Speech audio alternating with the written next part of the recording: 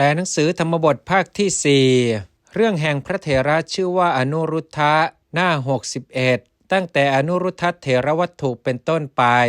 อนุรุทธเถระวัตถุอันว่าเรื่องแห่งพระเถระชื่อว่าอนุรุทธะมยานข้าพเจ้าวุจเตจะกล่าวสถานว่าพระศาสดาวิหารันโตเมื่อประทับอยู่เวรุวเนในพระวิหารชื่อว่าเวรุวันอารัพพะทรงปรารภอนุรุทธเถรังซึ่งพระเถระชื่อว่าอนุรุทธะกเทศิตรัสแล้วธรรมเทศนังซึ่งพระธรรมเทศนาอิมังนี้อิติว่า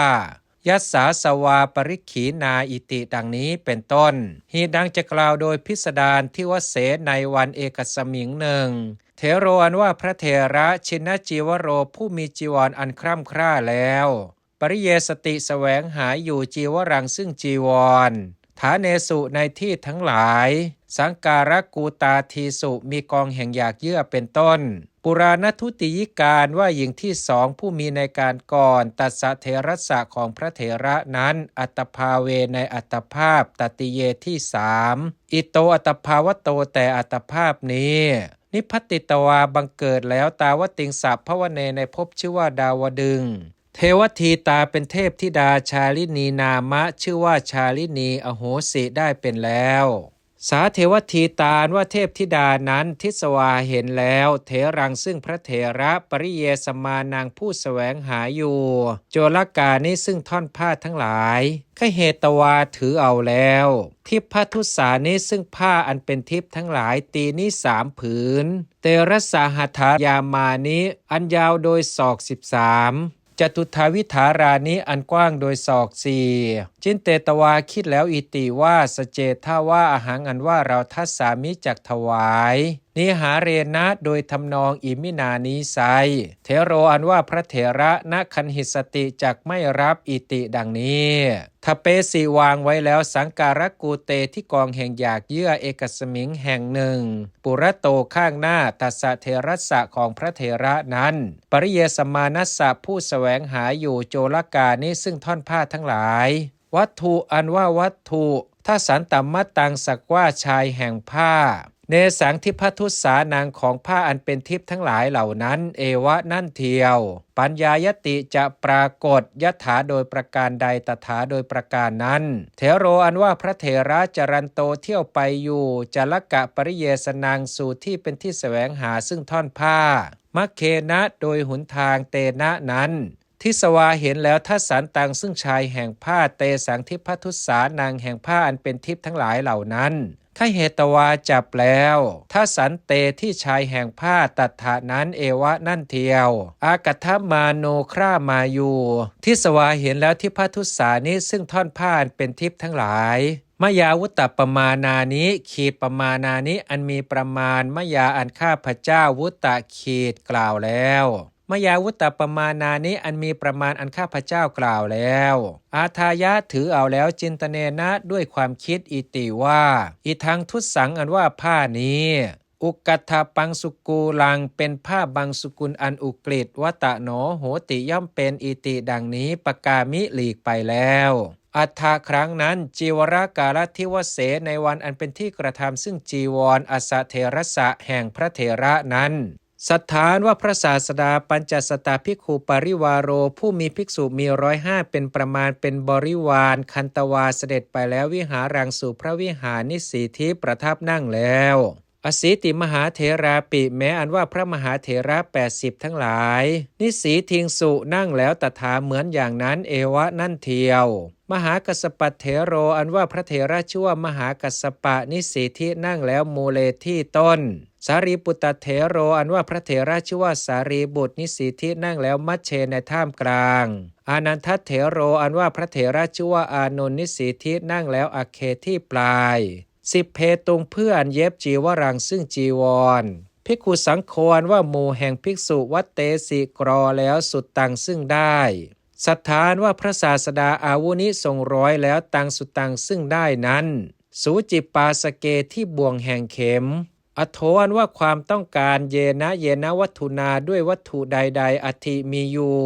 มหาโมคคัลลานะเถโรอันว่าพระเถระชื่อว่ามหาโมคคัลลานะอุปเนนโตวิจริเที่ยวน้อมเข้าไปอยู่แล้วต่างวัตถุซึ่งวัตถุนั้น เทวทีตาปิแม้อันว่าเทพธิดาปริวิสิตวาเข้าไปแล้วอันโตคามังสู่ภายในแห่งบ้านสมาทเปสิชักชวนแล้วทาตุงเพื่ออันถวายภิกขังซึ่งภิกษาวจเนนะด้วยคำอิติว่าพันโตข้าแต่ท่านผู้เจริญทั้งหลายศรัทธาอันว่าพระศาสดากโรนโตทรงกระทำอยู่จีวรังซึ่งจีวรอนุรุทธเถระสะแก่พระเถระชื่อว่าอนุรุทธะอายสะผู้เป็นเจ้าโนของเราทั้งหลายอสิติมหาสาวกะปริวุตโต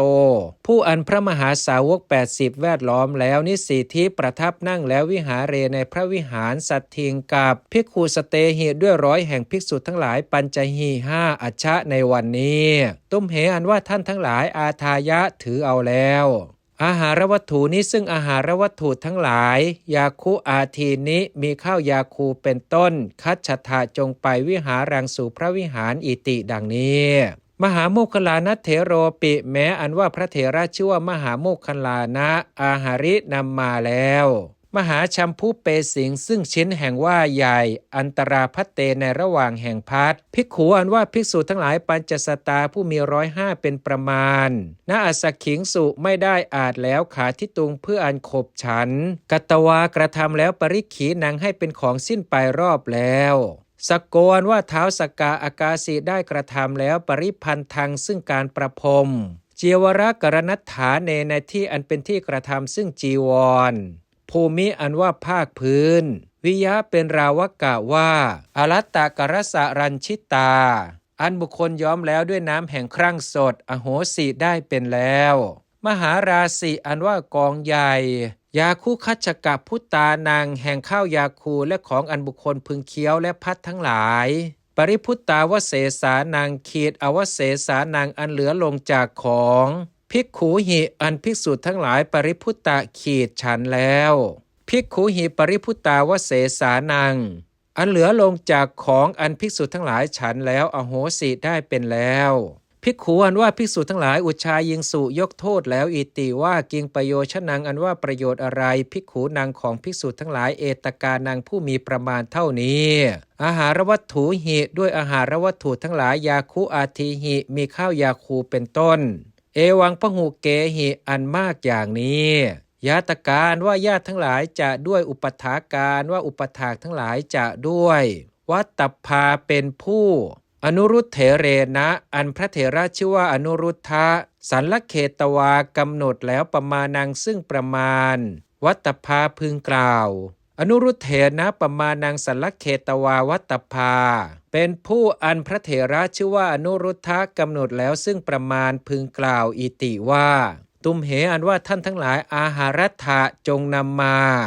วัตถุซึ่งวัตถุเอตกังนามะชื่อมีประมาณเท่านี้อิติดังนี้สิยุงพึงเป็นนนุนามะชื่อไม่ใช่หรืออนุรุทธะเถโรอันว่าพระเถระชื่อว่าอนุรุทธะอัตโนยาติอุปถากานังพหุภาวังปุคลังยาเปตุกาโมมันเยเห็นจะปุคลังยาเปตุกาโมเป็นผู้ใคร่เพื่ออันยังบุคคลให้รู้อัตโนยาติอุปถากานังพหุภาวังเขตภาวังซึ่งความที่ยาติอุปถากานังแห่งญาติและอุปถากทั้งหลายอัตโนของตนพหุขีดเป็นผู้มากอัตโนยาติอุปถากานังพหุภาวังซึ่งความที่แห่งญาติและอุปถากทั้งหลายของตนเป็นผู้มากโหติย่อมเป็นอิติดังนี้อาทาครั้งนั้นสถานว่าพระศาสดาปุจิตวาตรัสถามแล้วเนภิกขุซึ่งภิกษุทั้งหลายเหล่านั้นอิติว่าภิกขเวดูก่อนภิกษุทั้งหลายตุมเหอันว่าเธอทั้งหลายกเถทาย่อมกล่าวกิงการนังซึ่งเหตุอะไรหรืออิติดังนี้วจเนครั้นเมื่อคำอิติว่าพันเตข้าแต่พระองค์ผู้เจริญมายังอันว่าข้าพระองค์ทั้งหลายกเถมะย่อมกล่าวการนังซึ่งเหตุอีทางนามะชื่อนี้อิติดังนี้เตหิภิกขุหิอันภิกษุทั้งหลายเหล่านั้นวุตเตกราบทูลแล้วอาหาตรัสแล้วอิติว่าภิกขเวดูก่อนภิกษุทั้งหลายปัณณก็ตุมเหอันว่าเธอทั้งหลายมัญญถะย่อมสำคัญอิติว่าอีทางวัตถุอันว่าวัตถุนี้อนุรุตเทนะอันอนุรุทธะอาหาราปิตังให้นำมาแล้วอิติดังนี้จริงหรืออิติดังนี้เตภิกขุอันว่าภิกษุทั้งหลายเหล่านั้นอาหังสุกราบทูลแล้วอิติว่าพันเตข้าแต่พระองค์ผู้เจริญอามะพระเจ้าข้าเอวังอันว่าอย่างนั้นอิติดังนี้เต สถานว่าพระศาสดาวัตวาตรัสแล้วอิติว่าภิกขเวดูก่อนภิกษุทั้งหลายอนุรุตโธอันว่าอนุรุทธะปุตโตผู้เป็นบุตรมะมะของเราวัเทติย่อมกล่าววจนังซึ่งคำเอวรูปังมีอย่างนี้เป็นรูปนะหามิได้หิจึงอยู่ขีนาสวาอันว่าพระขีนาศพทั้งหลายกเถนติย่อมกล่าวกระทังซึ่งวาจาเป็นเครื่องกล่าวปัจจยปฏิสังยุตตังอันประกอบพร้อมเฉพาะแล้วด้วยปัจจัยนะหามิได้ปานะก็ปินดาปาโตอันว่าบิณฑบาตอย่างนี้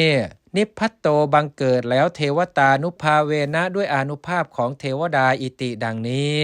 อนุสนทิงคเตตวาธรรมังเทเสนโตเมื่อทรงสืบต่อซึ่งอนุสนธิแสดงซึ่งธรรมอาหาตรัสแล้วคาถังซึ่งพระคาถาอิมังนี้อิติว่าอาสวานว่าอาสวะทั้งหลายยัสสะปุคลัสสะของบุคคลใดปริขีนาสิ้นไปรอบแล้วจะอันหนึ่งโยปุคโลอันว่าบุคคลใด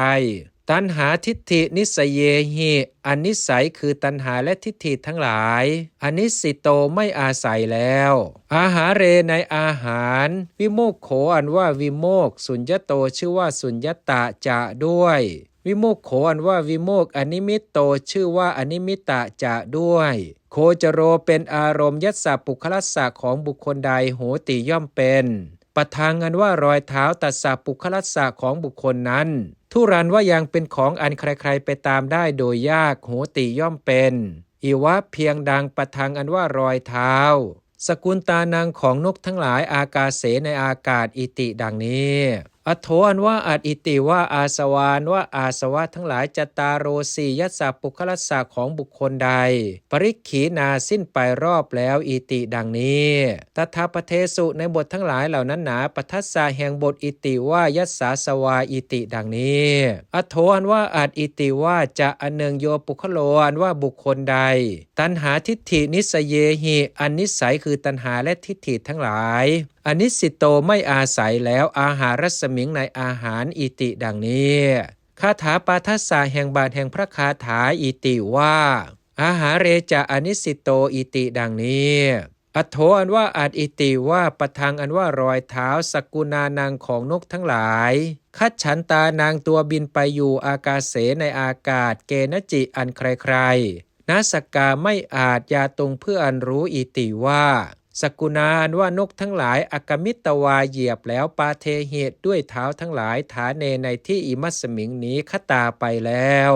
สกุณาอันว่านกทั้งหลายปหาริตวาประหารแล้วฐานังซึ่งที่อีทางนี้อุเรนะด้วยอกคตาไปแล้วสกุณาอันว่านกทั้งหลายปหาริตวาประหารแล้วฐานังซึ่งที่อีทางนี้สีเสนะด้วยศีรษะคตาไปแล้วสกุณาอันว่านกทั้งหลายปหาริตวาประหารแล้วฐานังซึ่งที่อีทางนี้ปาเขหิด้วยปีกทั้งหลายคตาไปแล้วอิติดังนี้ยถาฉันใดปะทังอันว่ารอยเท้าภิกขุนูของภิกษุเอวรูปัสสะผู้มีอย่างนี้เป็นรูปเกณจิอันใครๆนัสกาไม่อาจปัญญาเปตุงนามะชื่อเพื่ออันบัญญัตินเยนะโดยใน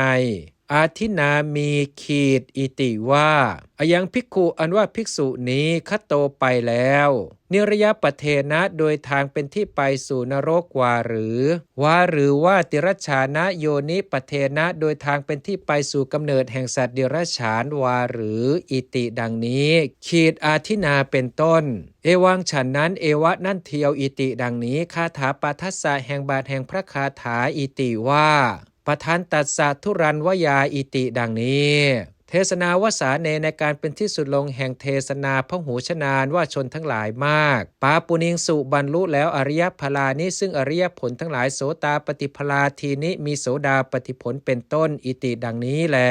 อนุรุทธเถรวัตถุอันว่าเรื่องแห่งพระเถระชื่อว่าอนุรุทธนิธิตังจบแล้ว